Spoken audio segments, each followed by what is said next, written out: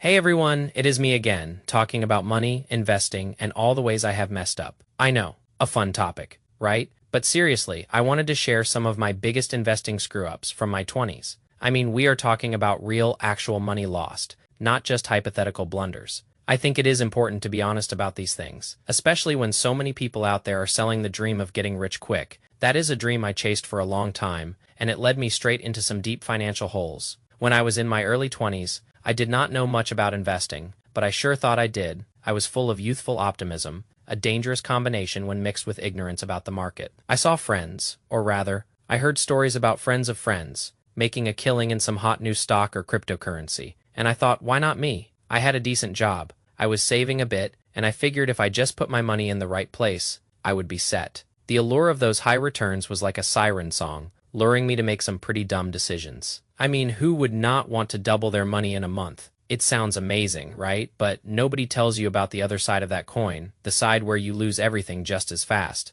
My first big mistake was chasing trends. I would hear about a stock or an asset class that was soaring, and I would jump in often right at the peak. I remember pouring a good chunk of my savings into a tech stock that everyone was raving about. I did zero research, just bought into the hype. For a few days, it looked like I was a genius. The stock kept going up, and I was already mentally spending my future riches. Then, just as quickly, it crashed. And I mean crashed. I watched my investment dwindle day by day, but I was too stubborn, too hopeful, to sell. I kept telling myself it would come back. It never did. I ended up selling for a fraction of what I put in. A painful lesson in buying high and selling low. That was a classic newbie mistake, driven purely by emotion and a fear of missing out. Then, there was the time I got involved in something that, looking back, was clearly a scam. It promised unbelievably high returns with little to no risk. They had fancy presentations, testimonials, and a whole community of people who swore by it. I was convinced. I put in a significant amount of money I really could not afford to lose.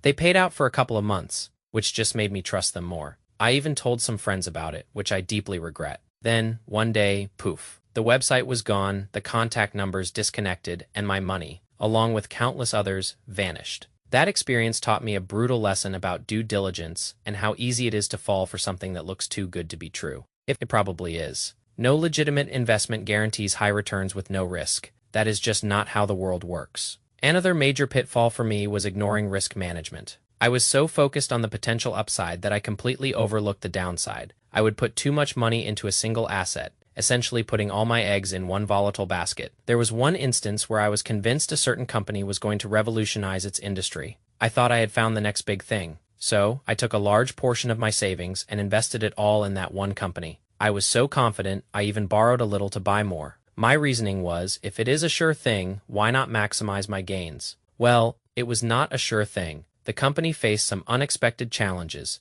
Their product launch flopped, and the stock plummeted. I was left with a huge loss and a significant amount of debt. That was when I truly understood the meaning of diversification and the importance of not risking more than you can afford to lose. It sounds so obvious now, but when you are caught up in the excitement, it is easy to forget basic common sense. Emotional trading was also a massive problem for me. I would get excited when things were going up and panic when they were going down. I would buy on impulse and sell in fear. My decisions were rarely based on logic or a sound investment strategy. They were based on how I felt at that moment. I remember checking my portfolio constantly, multiple times a day, letting every little fluctuation dictate my mood. It was exhausting and financially damaging. I was always chasing the market, never leading. This led to countless instances of buying at the top out of greed and selling at the bottom out of fear. It is a terrible cycle to be in, and it drained both my bank account and my mental energy. I wish I had understood earlier that the market does not care about your feelings. It moves based on a myriad of factors, and emotional reactions rarely, if ever, lead to good outcomes.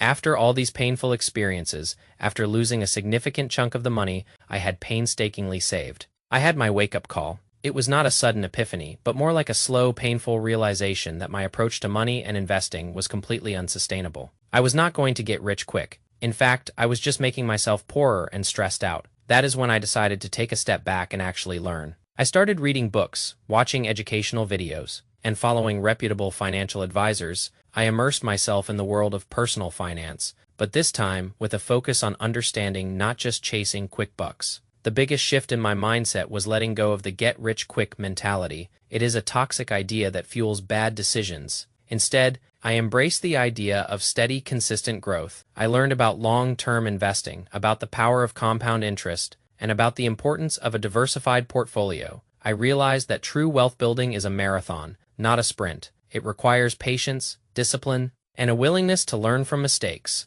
It is about building a solid financial foundation, not hoping for a lottery win. Now my approach is completely different. I focus on steady saving, low-risk investments, and building a robust emergency fund. I invest in broad market index funds, which are diversified by nature and have a proven track record of long-term growth. I no longer try to time the market or pick individual stocks based on hype. I set up automated investments, so a portion of my paycheck goes directly into my investment accounts, taking the emotion out of the process. I am focused on what I can control, which is my savings rate, my expenses, and my long-term strategy. One of the most important lessons I learned was about financial literacy. It sounds boring, I know, but understanding the basics of money management is incredibly empowering. Knowing the difference between good debt and bad debt, understanding how inflation erodes your purchasing power, and knowing how to create a realistic budget are all fundamental skills that I wish I had learned much earlier. These are not things they teach you in school, and it is a shame because they are crucial for navigating adult life. I also learned to appreciate the value of a solid financial plan.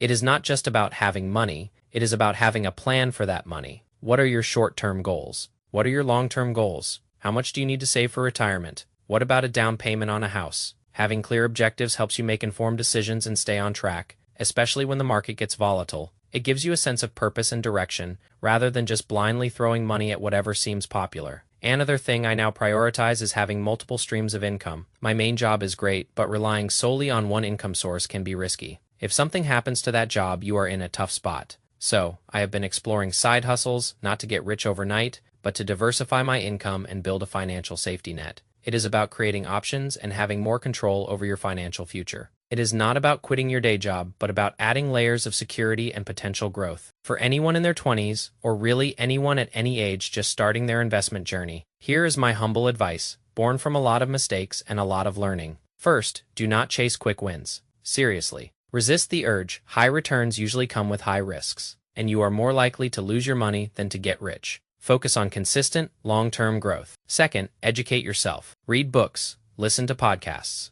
watch reputable videos. Understand the basics before you put your money anywhere. Financial literacy is your best defense against scams and bad decisions. Third, diversify. Do not put all your eggs in one basket. Spread your money across different asset classes to reduce risk. Fourth, start small and be consistent. You do not need a lot of money to start investing. Even small, regular contributions can grow significantly over time thanks to compounding. Fifth, and this is a big one, manage your emotions. The market will go up and down. Do not panic during downturns and do not get overly greedy during upturns. Stick to your plan. And finally, learn from your mistakes. We all make them. The important thing is to understand what went wrong and adjust your strategy accordingly. I am not an expert, just someone who has been through the ringer and come out the other side a little wiser, and definitely a lot more cautious. My goal now is to share these lessons so that others do not have to go through the same painful experiences I did. It is not about being a financial guru, it is about being a real person who made real mistakes and found a better way. I am still learning, still growing, but I am doing it with a solid foundation and a much healthier mindset.